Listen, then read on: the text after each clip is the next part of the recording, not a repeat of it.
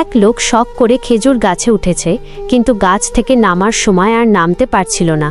তখন লোকটিকে বাঁচানোর জন্য গ্রামের সবাই এসে গাছের নিচে ভিড় করল, কিন্তু কারো মাথায় কোনো বুদ্ধি আসছে না লোকটিকে কি করে গাছ থেকে নামানো যায়।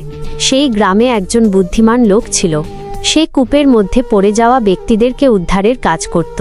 সেই বুদ্ধিমান লোক সেখানে এসে একটি রশি খেজুর গাছের মাথায় ছুঁড়ে মারলেন এবং খেজুর গাছের আগায় বসে থাকা সেই লোকটিকে রশিটি ধরে মাজায় বেঁধে ফেলতে বললেন, আর রশির অপর প্রান্তে কয়েকজন লোককে ধরতে বললেন।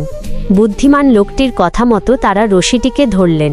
হঠাৎ করে সেই বুদ্ধিমান লোক বলল, এখন টান মারো। লোকেরা রশি ধরে টান দিল। সাথে সাথে সেই খেজুর গাছে থাকা লোকটি মাটিতে পড়ে মারা গেল। তখন গ্রামের লোকেরা বলল, আপনি এটা কেমন কাজ করলেন? লোকটা মরে গেল। তখন সেই বুদ্ধিমান লোক বলল, ভাই, এটা লোকটার কিসমতের দোষ, আমার কোনো দোষ নাই। এই একই টেকনিক খাটাইয়া অনেক মানুষকে আমি কুয়া থেকে বের করেছি।